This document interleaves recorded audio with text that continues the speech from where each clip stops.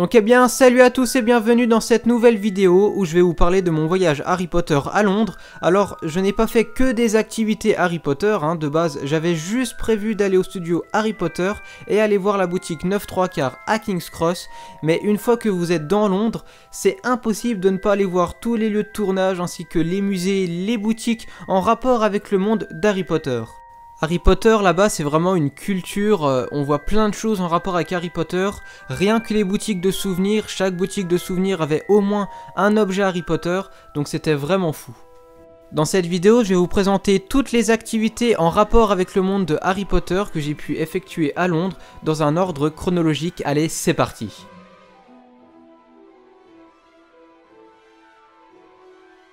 Numéro 1, Piccadilly Circus. En plein cœur de la ville de Londres, cette magnifique place a servi à tourner une scène d'Harry Potter et les reliques de la mort partie 1, lorsque Harry, Ron et Hermione transplanent pour fuir le ministère de la magie sous l'emprise de Voldemort. C'était vraiment incroyable de se retrouver là-bas, c'est tout comme dans le film en fait. Et même au-delà de Harry Potter, c'est une place vraiment magnifique que je vous conseille d'aller voir si jamais vous allez à Londres.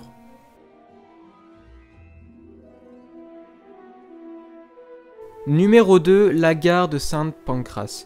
Bien sûr, vous la reconnaissez tous, la célèbre gare qui a servi à tourner plusieurs scènes, notamment celle-ci. Alors elle est juste incroyable, je suis allé la visiter plusieurs fois tellement que je la trouvais vraiment trop jolie.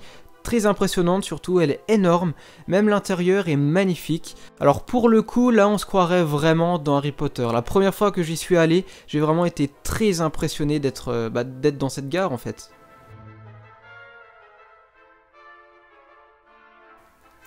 Troisième lieu que j'ai découvert, la boutique 9 3/4. Alors elle est située dans la gare de King's Cross, juste à côté de la gare de St Pancras. Alors pareil ici, c'est un lieu mythique avec le chariot qui fonce dans le mur à la voie 9 3/4. Alors il y avait une énorme queue pour se faire prendre en photo avec le chariot, un photographe faisait des mises en scène, c'était vraiment sympa. Alors ensuite, la boutique en elle-même, donc elle est juste située à côté du chariot, elle est vraiment magnifique. Pas si grosse que ça en fait, mais bon, c'est tellement un lieu mythique que vous êtes obligé d'y aller si jamais vous êtes fan. Moi perso, j'ai acheté un ticket plateforme 9 3/4 avec la lanière de Serpentard. J'ai acheté un porte-clés Serpentard, donc d'un côté 9 3/4 et d'un autre Serpentard. Et un poster de la famille Black, voilà, j'aime bien l'arbre généalogique de la famille Black, donc je me suis acheté le poster. Numéro 4, le Millennium Bridge. Alors j'ai fait une croisière sur la Tamise et je suis passé sous le Millennium Bridge. Si il ne vous dit rien, en fait c'est le pont que l'on voit dans Harry Potter et le prince de sang mêlé qui se fait détruire par les Mange-Morts. D'ailleurs j'ai l'impression qu'il est connu vraiment que grâce à ça, ce pont, car même dans le bateau où j'étais, j'ai entendu des « Oh regarde c'est le pont d'Harry Potter dans le 6ème film, etc. » Donc voilà, je suis pas allé dessus mais je suis passé en dessous du Millennium Bridge et il n'était pas détruit, heureusement.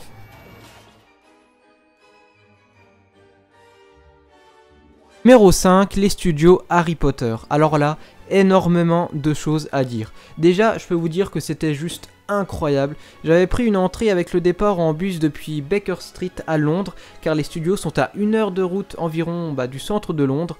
Alors déjà dans le bus, t'es dans l'ambiance directe, car en fait il y a une télé qui passe Harry Potter 1, enfin moi c'était Harry Potter 1, et ouais dommage que j'ai pas pris de photos, mais c'était vraiment sympa, perso j'ai regardé le film dans le bus, enfin une partie, parce que le voyage il dure qu'1 heure, et une fois arrivé au studio, j'avais 3h30 pour visiter afin de ne pas rater le bus du soir, donc c'était le petit inconvénient. Alors déjà, le hall est incroyable, l'énorme magière à pointe suspendue au plafond, une grande carte du maraudeur, du décor, etc. Alors ensuite, juste avant de commencer la visite, j'ai été placé dans une salle de cinéma et il projetait un mini documentaire sur Harry Potter de 10 minutes environ, c'est en anglais, j'ai pas très bien compris mais bon. Et en fait, le dernier plan du documentaire, c'était Daniel Radcliffe qui se rend dans la grande salle. Donc j'avais un plan sur la porte de la grande salle, donc dans le cinéma. Et là, l'écran se lève et je vois la vraie porte de la grande salle devant moi. La vraie, celle qui a servi pour tourner les scènes de la saga. Et en fait, c'est à partir de là que la visite commence. Donc, je franchis la porte de la grande salle. Et alors là, déjà, c'est incroyable de franchir cette porte en fait. Et une fois que vous l'avez franchi, vous atterrissez dans la grande salle. C'était vraiment incroyable. Donc regardez les tables, les gargouilles, les mannequins. Enfin, c'était vraiment un truc de fou. Ensuite, en sortant de la grande salle, donc en continuant la visite, j'ai vu quelques costumes du bal comme le costume d'Hermione dans Harry Potter et la Coupe de Feu. J'ai vu les grands escaliers, la grosse dame, la salle commune de Gryffondor, la coupe des 3 sorciers et plein d'autres objets Harry Potter. Ensuite, la maison de Hagrid, puis la salle des potions. Alors cette salle, elle est vraiment beaucoup trop belle. Ils ont eu la bonne idée de mettre le mannequin de Rogue, mais aussi celle de Horace Slughorn. Alors ensuite, je suis rentré dans une salle où il y avait des cheminées du ministère de la magie, la scène de Charity Burbage qui se fait manger par Nagini, la tombe de Tom Jedusor et la salle à manger des Weasley.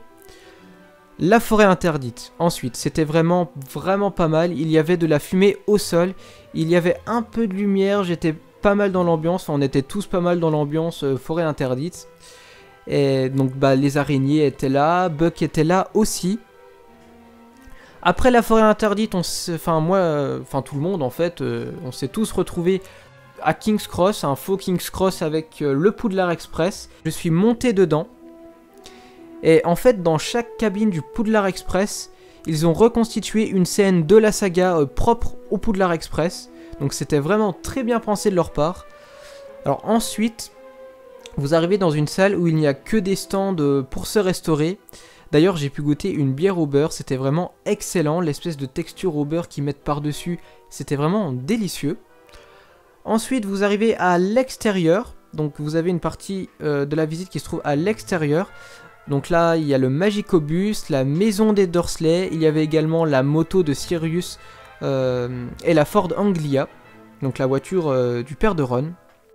Ensuite, vous rentrez de nouveau à l'intérieur et là, vous avez une salle où il y a un peu de tout en fait, de la faune, de la flore, des objets magiques, des plantes, le phénix de Dumbledore, des mandragores. Ah, vous pouviez actionner la mandragore et puis ça la faisait crier, c'était vraiment sympa. Pareil pour le monstrueux livre des monstres, c'était vraiment rigolo, enfin incroyable. Il y avait aussi des statues en cire de Harry et de Dumbledore, vraiment très bien faites. Ensuite, alors là, le lieu qui m'a le plus étonné, c'était vraiment incroyable de se retrouver là, la banque Gringotts. Ça paraît con de dire ça, mais on se croirait à fond dans les films, pas un défaut, tout est nickel. Les gobelins magnifiques, les lustres magnifiques, les bureaux splendides. Les colonnes en faux marbre étaient magnifiques parce que oui, c'est du faux marbre, mais franchement, on n'y voit que du feu. Même quand vous y êtes à nez à nez avec la colonne, franchement, c'est très dur de voir que c'est du faux marbre. C'est vraiment magnifique. Incroyable de voir ça. En vrai, ils ont tellement fait fort. On se croirait vraiment à fond dans les films. Enfin, c'est... faut vraiment être là-bas pour comprendre ce que c'est, pour voir ce que c'est. Alors d'après ce que j'ai compris, la banque Gringotts, le décor, c'est une nouveauté 2019. Donc j'ai eu de la chance franchement. Et en fait après vous avez une salle Gringotts, mais détruite par le dragon, vous savez, dans l'avant-dernier film ou dans le dernier film, je sais plus. On voit le dragon qui détruit Gringotts. Et là c'est vraiment incroyable, regardez la vidéo, c'est juste fou.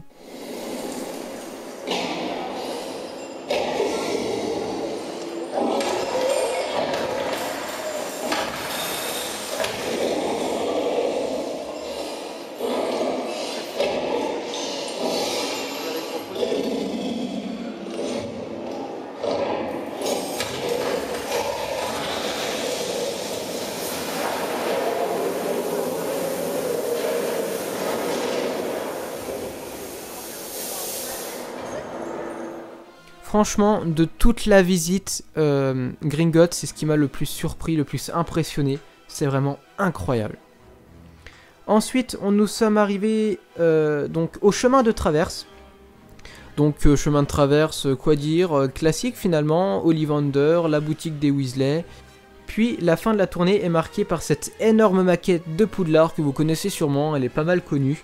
Elle est juste énorme, elle est juste incroyable, c'est la maquette qui a servi à faire tous les plans aériens en fait de Poudlard dans les films.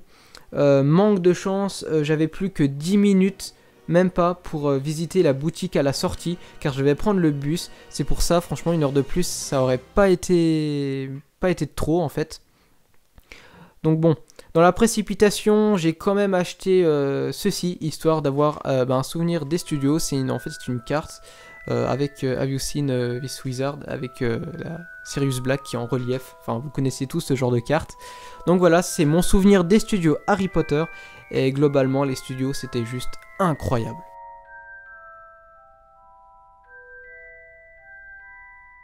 Numéro 6, la cathédrale Saint-Paul. C'est là où était tournée cette partie de Poudlard. Alors je ne suis pas rentré dedans, mais bon, c'était tout de même cool de voir un lieu de tournage de la saga, surtout que c'était en plein cœur de Londres. Donc voilà, la cathédrale Saint-Paul.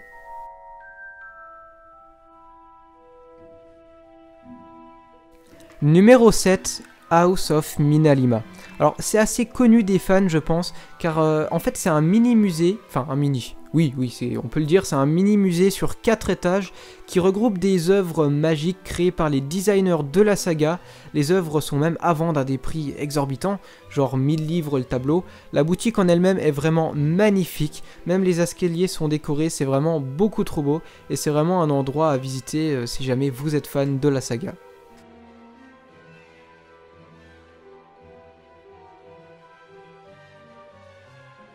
Numéro 8, le théâtre Harry Potter. Il est situé à 30 secondes environ de House of Minalima, c'est vraiment super près, en fait c'est dans le quartier de Soho.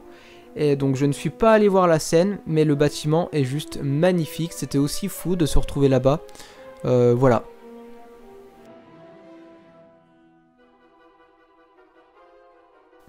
Numéro 9, Hamleys. Alors Hamleys, c'est vraiment quelque chose. Tout un étage réservé à Harry Potter. C'est vraiment une boutique énormissime. Enfin, je parle juste de la partie Harry Potter, hein, parce que vous savez qu'Hamleys, c'est un très grand magasin de jouets. Là, je ne parle que de Harry Potter. Il y avait un étage réservé que à Harry Potter. C'était vraiment énormissime. Franchement, ils vendaient de tout en Harry Potter. C'est incroyable. C'est la boutique, tout simplement, la plus grande que j'ai vue à Londres sur Harry Potter. Voilà.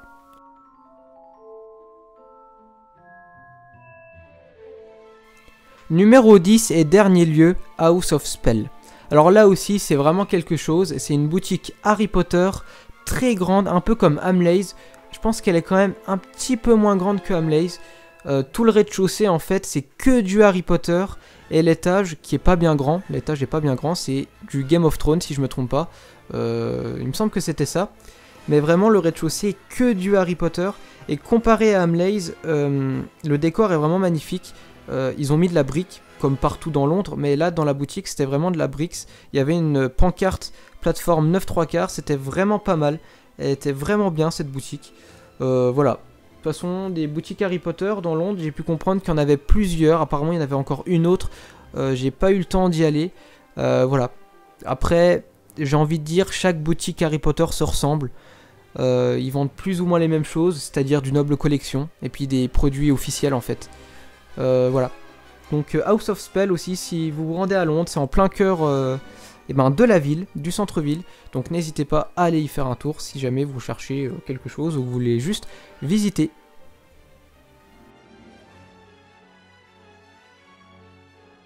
Voilà, c'est la fin de cette vidéo, j'espère qu'elle vous a plu. J'espère que je vous ai donné envie d'aller à Londres, franchement. Si vous allez à Londres, même si c'est pas un voyage spécial Harry Potter, vous êtes obligé de passer devant des boutiques Harry Potter, de passer devant le théâtre Harry Potter, pourquoi pas, devant House of Minalima. Là-bas, c'est vraiment une culture, on peut pas passer à côté, c'est impossible. Même Piccadilly Circus, si tout le monde va à Piccadilly Circus, je pense, quand il fait un voyage à Londres. Et voilà, c'est un lieu de tournage de la saga, pareil pour la cathédrale Saint-Paul, voilà, le Millennium Bridge, pareil. Donc Londres, c'est vraiment incroyable. Franchement, tous les fans d'Harry Potter, je pense, vous avez tous déjà rêvé d'aller à Londres. Peut-être que vous y êtes déjà allé, voilà. Voilà, j'espère que cette vidéo vous aura donné envie de voyager. J'espère que mes activités vous auront plu, voilà. Et nous, on se retrouve pour une prochaine vidéo. D'ici là, portez-vous bien. Ciao, ciao!